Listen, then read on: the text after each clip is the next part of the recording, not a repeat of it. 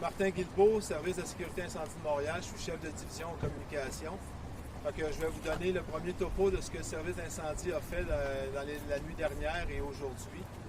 On a eu environ 800 appels pour le secteur de Dollard-des-Ormeaux et de Roxborough, Pierrefonds-Roxborough.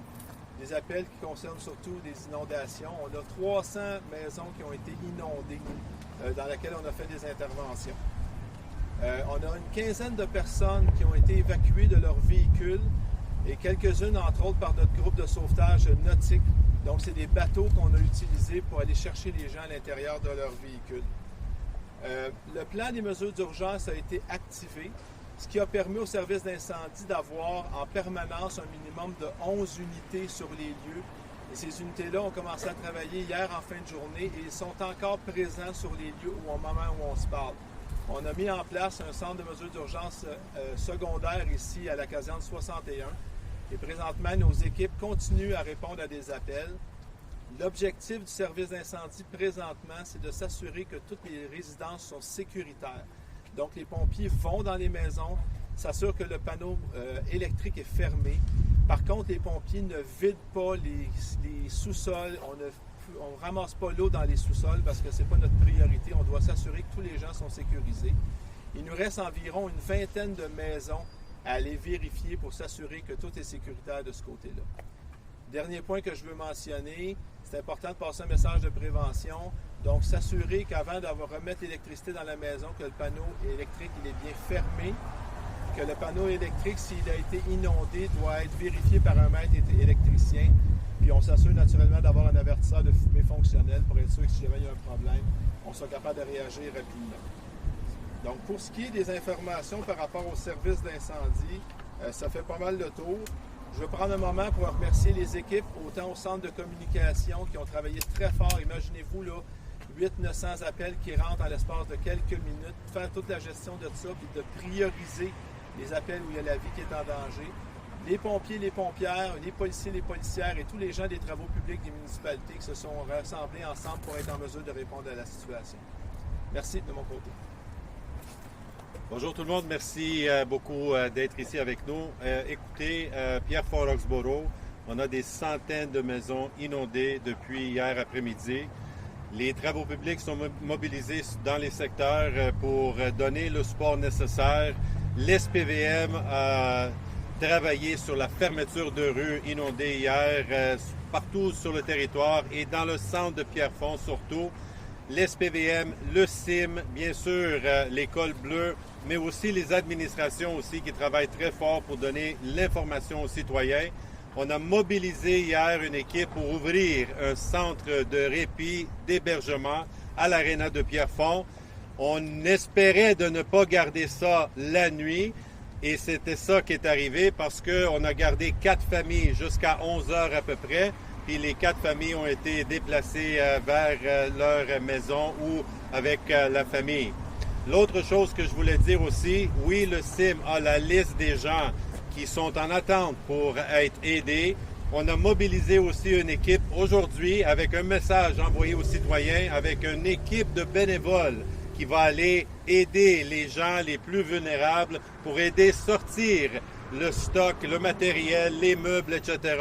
pour un ramassage spécial qu'on va planifier éventuellement. Et aussi, j'ai eu une conversation avec M. le ministre de la Sécurité publique aujourd'hui, M. Yann Lafrenière.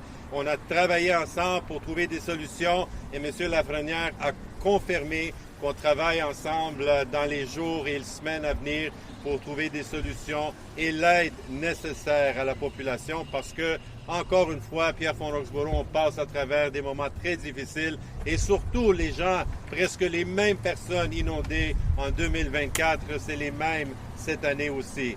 De ma part à Pierrefonds, c'est la seule chose que j'ai à vous dire. Monsieur Harold Johnson, qui est le maire par intérim pour remplacer M. Boutachi aujourd'hui. Harold. Bonjour, mesdames, messieurs. Je m'appelle Harold Johnson. Le plaisir pour vous ici aujourd'hui pour la situation très difficile pour la ville de Dollard-des-Ormeaux. Avec moi, Joel, les principales personnes qui travaillent avec la ville pour expliquer à vous. Bonjour tout le monde. Comme M. Johnson l'a mentionné et également comme M. Bass l'a dit, on vit une situation difficile avec la pluie qu'on a reçue. Les travaux publics sont sur les lieux, la patrouille municipale également. On travaille en collaboration également avec le CIM et le SPVM. On a plus de sinistrés malheureusement que 2024, 2025, en 2026. Mais sachez que la Ville met tous les efforts pour supporter les résidents et les accompagner dans ces moments difficiles. I'd like to thank all the persons who have been involved for the fire, for public security, public service, who have been working diligently to make sure and to ensure that everybody is taken care of. And we will continue to work together to make things well for everyone. Thank you. Okay. On va y aller en anglais. Je voulais juste ajouter qu'on est très, très content d'avoir avec nous Mme Brigitte Garceau aussi, la députée pour Robert Baldwin et M. Monsef Déragé aussi de Nelligan qui sont ici et nous accompagnent et nous aident dans les situations difficiles qu'on vit à l'arrondissement et dans l'ouest de l'île en général. Les conseillers aussi, conseillères de la ville de Dollard-des-Ormeaux aussi sont avec nous. So again, just to repeat myself in English very briefly, the situation is extremely serious, and it has been since yesterday. We received somewhere in the neighborhood of 150 to 170 millimeters of rain that came down in a very short period, in about 2 hours. We had about several hundred homes that were severely flooded once again, road closures as well throughout the territory, not only in Pierrefonds but in Dollard as well. I've been in contact with our counterparts in Pointe Claire and Dorval as well. They were also affected to a certain point. We've had direct communication with the CIM and the police as well that have done an extraordinary job on the ground providing the resources and the support that we need to help the citizens get through this. I've also had conversations with the Minister of Public Safety, Yann Lafrenière, this morning, who ensured that we will work together to try to find some solutions and help the residents, those particularly in need. And that information is going to come out as we go further into the week. Our first order of business is to ensure that the public is safe and secure and reassured that we're there to provide the services needed to the public. And this is what we're doing. As of this afternoon, we also mobilized the team of volunteers. We put a website in, we put an email address to our social media feeds where folks can call or send a message to advise us and to let us know, are they in a vulnerable situation? Are there seniors living alone? Are there people that have mobility issues? Or simply is it folks that can't maneuver within their homes to bring material to curbside for a special pickup? So all that is in the works, and at the same time I'd like to also echo Mr. Guilbeault to say that we sincerely are grateful to have the work of not only our firefighters but also our police force, all our blue collar forces, but also the volunteers, the neighbors, and the administrating staff of the cities and boroughs that have worked tirelessly since this unfortunate situation that we will hopefully get through and become a more resilient community. So I'll do my part in English now. Montreal Fire Department received around 800 calls since the afternoon yesterday, and we have about 300 houses that have been flooded. Through the night, last night, all the night, and still today, we have 11 units on scene responding to call and make sure that everyone is safe at home.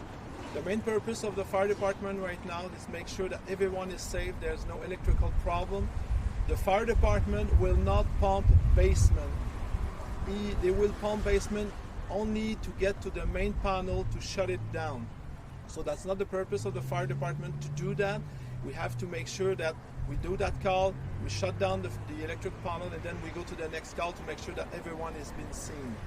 As for now, I would like to just give a big thanks to all the person who worked, like Mr. Bass said, firefighter, police officer, blue collar, everyone took his part and tried to help people around here.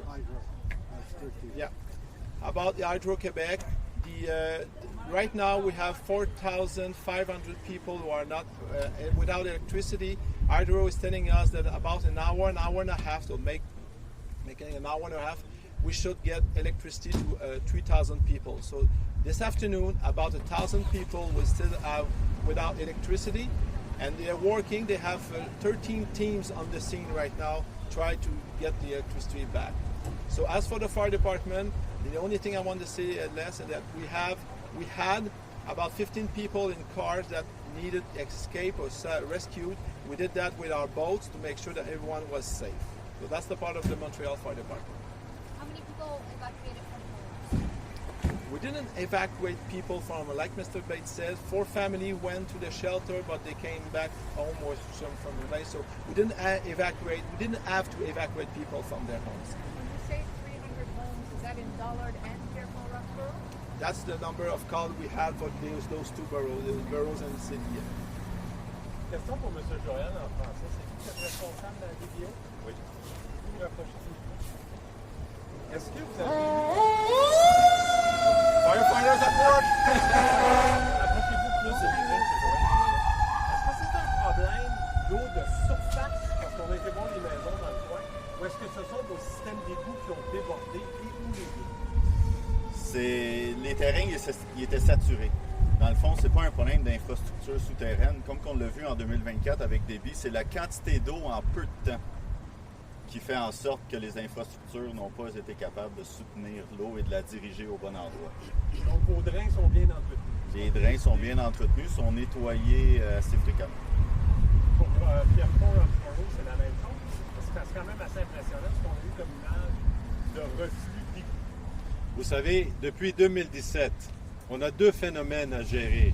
C'est les crues printanières, où on a trouvé des solutions temporaires, mais depuis 2017, on est capable de protéger la communauté. La pluie qu'on a eue, les millimètres, la quantité qu'on a eue dans les 2 heures, je ne sais pas si on a un système qui existe ailleurs qui peut accommoder les millimètres. Maintenant, ceci étant dit, on avait un autre phénomène hier qu'on ne parle pas nécessairement souvent, mais quelque chose qu'on a constaté sur le terrain. C'était la nappe phréatique. On avait des terrains où l'eau poussait de la terre. Comme monsieur disait, les terrains étaient saturés à 100%. Ça veut dire que l'eau de la nappe phréatique poussait. Et à ce moment-là, si on a des sous-sols avec des fissures, soit sur le plancher, soit sur les murs, l'eau va infiltrer. Et c'est exactement ça, exactement la même chose qu'on a eu en 2017 avec la quantité d'eau puis les rives qui débordaient un peu partout sur le territoire.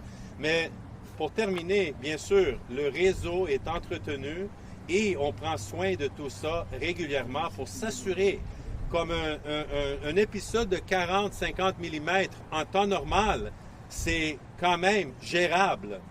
Mais la quantité qu'on a eue, dans n'importe quelle ville, 150 mm dans une période de temps comme ça, c'était impossible de même anticiper et de gérer en conséquence. Il va falloir que les citoyens s'organisent. Bien, vous savez, c'est la conversation que j'ai eue avec le ministre Lafrenière. Effectivement, on a des discussions à avoir avec les citoyens aussi. Qu'est-ce que je planifie aussi à l'arrondissement après chaque sinistre, c'est d'avoir une séance d'information pour les résidents où je vais avoir les partenaires sur place et donner l'information aux citoyens quoi faire exactement. Ça, c'est notre devoir d'informer les citoyens, de les sensibiliser, mais aussi de les éduquer. Je ne veux pas mettre le blâme aux citoyens, pas du tout. C'est dame nature. Mais on a tous un travail à faire pour essayer de trouver des solutions ensemble. Merci. Can I in English? So we've seen water from the street seeping into people's basements. Is the drainage in Pierrefonds in good condition? Well, look, I can speak for Pierrefonds and probably every community that the drainage is maintained on a very regular basis. You have to understand that these networks were designed for years to be able to provide the support when you have a regular rainfall.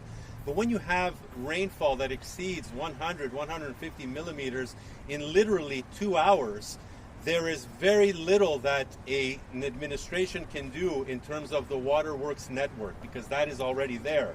So what you saw yesterday was not only the backflow into the residential areas from the amount of water that was trying to go through and coming back, but you also had the water table underground that was also pushing up, and as I mentioned earlier, was trickling through some of the entry points in different homes. And so there was phenomenons yesterday that we saw that we were seeing the same thing probably in 2017. And unfortunately, we're stuck now with that situation. We have many folks that are in distress and have found themselves once again in a situation that we would have liked to avoid, but unfortunately we're in that same situation now. What would You you talk- residents? You talk about what regular flow is. Is your definition of regular flow changing now? Does it need to change? And is that part of the conversations you're having with members in Quebec City? Well, that's an excellent question. And in fact, we know with climate change being what it is, I mean, these types of weather patterns and episodes occur more often. And so what are the safeguards we need to put in place, not only in terms of what a city can do, but how can we safeguard homes and allow for folks to be able to put the measures in place within their properties to protect their homes themselves. And this is a conversation that I had with the minister this morning to look beyond possibly just an infrastructure issue and to see, okay, well, if we can't do much in the infrastructure, let's say that's established, well, then what can we do to help the residents that want to waterproof their homes, and what are the measures that we can put in place, and the financial support that we can give folks to be able to do that. You have the insurance companies now that are going to start wondering, well, do we keep adding this clause into the insurance policies that will limit people in the money they get back? We have mortgage companies that once upon a time after 2017 said that they may not be able to mortgage properties within flood zones, for example. Is this now another layer added to that reality? And this is what we will be evaluating. But again, I have to say, the first order of business for us is to make sure that folks are safe. We do that in collaboration with our public works, with our fire, and with our police, and of course the neighbors and volunteers. That's the first order of business. How do we get folks out of water and make them at least start to rebuild? And then once we get to that conversation, then we'll all gather around the table and have that constructive talk. Yes? Mr. Johnson, people in Dollard are, pretty angry that this is happening to them again in less than 2 years. They are wondering if the city did everything that it could have to prepare since the last time 2 years ago. I mean, what's your message to them? Well, first of all, we have to look at the reality, okay? This is a phenomenon which is new, not just to Dollard, but in the world itself, because of global warming, etc. When 150 millimeters rain falls within a given area, small area, there's no city in the world that has the infrastructure to accommodate that amount of water, okay? So we have to dispel the myth that the infrastructure is not in place or the drainage is blocked. That's not what's creating the situation. You have to figure out when there's so much water within a short period of time, there's not much that you can do. And it's a reality as a city that we will have to deal with, and other cities, seeing how we can best fix the problem, which is new to us and all over the world, in addressing this issue. Is it on citizens kind of to prepare themselves? Because who's to, we can have another huge storm next month, then what? We're talking of getting in catch basins. I think Joel can address that issue So, for me. since 2024, the city has reacted. Like Errol said, there are catch basins that are in place in the city. There are more catch basins coming up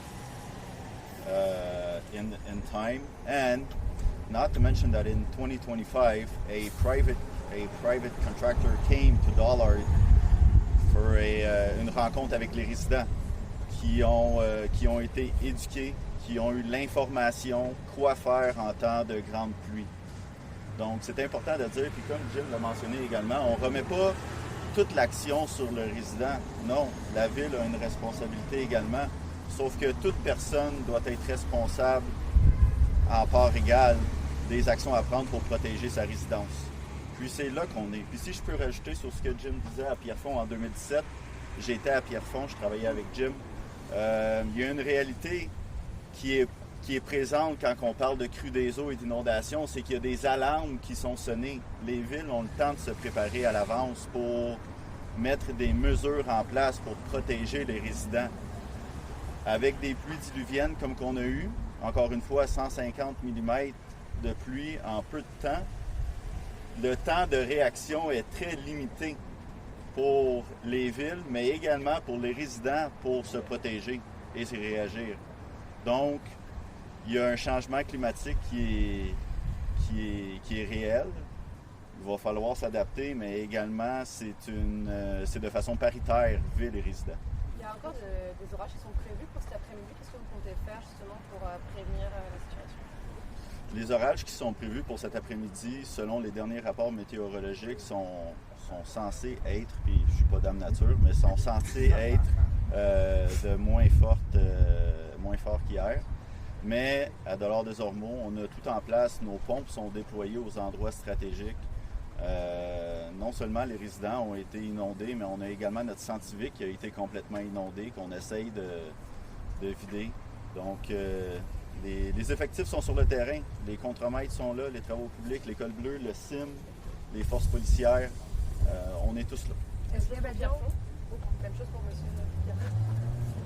Oui, effectivement, les équipes sont prêtes, ils sont mobilisés sur le terrain.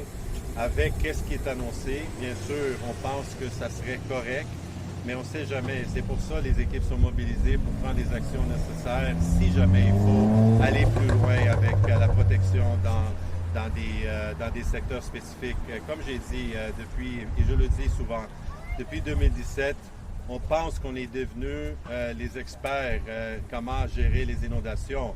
Mais vous avez un exemple parfait comment il faut s'adapter à la réalité aujourd'hui avec les changements climatiques. Et c'est ça qu'on est en train de faire et ça va continuer jusqu'à temps qu'on protège la communauté à 100%. On a un travail à faire, bien sûr, avec les citoyens et les gouvernements, les deux paliers de gouvernement. Et on va le faire. J'ai eu une ouverture, comme j'ai dit, avec M. Lafrenière et je vais faire un suivi avec lui très, très rapidement. Je ne sais pas si Mme Garceau, M. Monsef a quelque chose à dire aussi. Juste une petite question avant. Oui. Has there been a state of emergency declared? No, there are different levels of state of emergency. Et M. Guilbeault, si je le dis pas comme... Mais allez. Ouais, le state of emergency, we have opened the emergency center, and we have that's why people are working right now as far as okay, I'll do it again. The emergency center is open, so we have people working there to managing all the response to that flood. But we don't have the state of emergency. State of emergency is level 4, which is the biggest level. We're not there right now. Mr. Johnson, are you like in terms of people? Oh, my sense sucks. Sorry. If for people who are needing to take large items out of their basements, or maybe seniors who are unable to do so. I know Jim said there's people going around to help with that. Is it the same in DDO?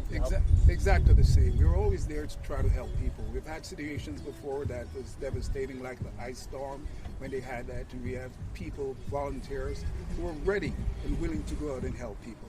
So that's all in play. Okay. Is the city going to offer any aid or compensation? Is there anything available to residents who've been affected? Mr. Bass, I've spoke to residents in Carifon, as you know, who have had to deal with this not like 2 years ago, exact same thing. Now today was even worse, but what can they expect? I think that's a really valid question because as we heard in the past, and we've been hearing since 2017, is that even with the insurance claims that folks have, it's a minimal amount that you get sometimes from insurance, right? That doesn't even pay a portion of what they have to do to rebuild. So this is a conversation that I also had with the minister earlier today. I know Mme Garceau, M. Déragi as well had this conversation with him. And so we're hopeful that this week something will be announced to help those in need, especially when it comes to compensation regarding the insurance and all of that. So again, I can't go further than that because these talks are ongoing. But hopefully something will be announced this week. And I know the minister was very optimistic when we were talking about this, and we're hoping that something comes out to that effect. Juste dans le même sens, ma collègue Brigitte et moi, on se parle depuis hier par rapport à cette situation. Mais je veux préciser un point très très important. Monsieur le maire vient de le dire, l'ensemble des conseillers viennent de le dire. C'est très important la sécurité des citoyens. Toutes les questions qu'on a par rapport à la sécurité, par rapport à l'assurance, nous sommes en discussion avec le ministre. Je viens de parler avec le ministre à l'instant, avant qu'on arrive au point de presse. Il y a des discussions qu'on va avoir, nous les élus de l'ouest de l'île, mais aussi au niveau de la mairie. Mais c'est extrêmement important, un message pour l'ensemble des citoyens, de suivre les mesures de sécurité lancées par le CIM, de suivre les mesures de sécurité lancées par, que ce soit les villes ou les conseillers, parce que c'est très important. On ne sait pas ce qui va arriver en fin de journée. Il y a des maisons qui n'ont pas encore l'électricité. On parle de 1500 foyers. Ça, c'est pour nous le plus important. C'est sûr qu'il va y avoir une deuxième étape. Et cette deuxième étape, je dois vous rassurer qu'on va être là. Ma collègue et moi, nous sommes en discussion avec les ministres responsables. On doit avoir une bonne discussion par rapport au suivi, comme on l'a fait dans les autres inondations passées. Les citoyens savent comment nous rejoindre, mais la priorité des priorités aujourd'hui, s'il vous plaît, attention, parce qu'il y a énormément d'eau et on n'est pas à l'abri d'autres situations d'extrême au niveau de la soirée. C'est ça notre message aujourd'hui. Tu veux ajouter quelque chose? Non, ben, je voulais juste ajouter un point, puis ça a été répété, puis je pense que c'est ça vraiment le message aujourd'hui. C'est assez exceptionnel. Qu'est-ce qu'on a vécu, les résidents ont vécu depuis hier soir. Et il y a une nouvelle réalité en termes des changements climatiques. Est-ce que ça va arriver plus souvent? Est-ce que ça veut dire qu'il va y avoir aussi plus de pluie? Et donc, c'est des discussions importantes qu'on doit mener en termes du gouvernement provincial. Et je sais que j'étais vraiment contente aussi d'entendre que le ministre Yann Lafrenière est en pourparlers et nous allons continuer ces discussions-là parce qu'il y a une nouvelle réalité en ce qui a trait aux citoyens. Mais je dois vous dire, nous sommes en termes de la mobilisation de tous, si je peux dire, de tous les groupes concernés, que ce soit policiers, que ce soit les premiers répondants, ici la caserne 61, partout, les maires, leurs équipes. Ça a été une mobilisation du jamais vu, exceptionnelle, très vite, pour assurer la sécurité de nos citoyens. Donc, je veux prendre le temps pour les féliciter parce que vraiment, c'était un travail remarquable. Et comme vous voyez, ils sont encore sur le terrain et ils vont continuer parce que c'est ça notre priorité, c'est la sécurité de tous. On a une dernière question. I was just curious if the 300 flooded houses, I know there was like some in Point Claire as well. Is that everything or just here? That's the boroughs of Roxborough and Pierrefonds and the city of Dollard-des-Armours. Do you have so you don't have an idea of like... We're still working, like you saw later, so we're still gathering all the information, but what the number I have is 300 right now. Okay, thank you. Dernière question, après ça, on va mettre fin au point de presse. Une dernière question. Vous avez dit en fait qu'il y avait des gens qui avaient été évacués par bateau. Après, vous avez dit mais personne n'a été évacué. Je n'ai pas bien compris. Bien, en fin de compte, ce qu'on a fait avec nos bateaux, c'est qu'il y a des gens qui étaient dans des véhicules. On est allé les chercher avec les bateaux, on les a sortis de leurs véhicules. Donc, ces gens-là ont été évacués de leurs véhicules. Quand on parlait de personnes évacuées, c'était par rapport à leur demeure. Et là, il y a 4 familles qui ont été évacuées de leur demeure, mais elles ont pu être prises en charge par d'autres personnes en fin de soirée. Quand on parle d'évacuation, c'est vraiment dans des véhicules. Les gens ne pouvaient pas sortir ou quitter le véhicule. C'est avec les bateaux qu'on allait les chercher. Et là, on parle de combien de personnes pour les véhicules? C'est une quinzaine d'évacuations qu'on a fait dans des véhicules dans l'ensemble du secteur ici. Merci beaucoup tout le monde. Merci de votre attention. Bonne fin de journée. Merci beaucoup. C'est un bon bilan.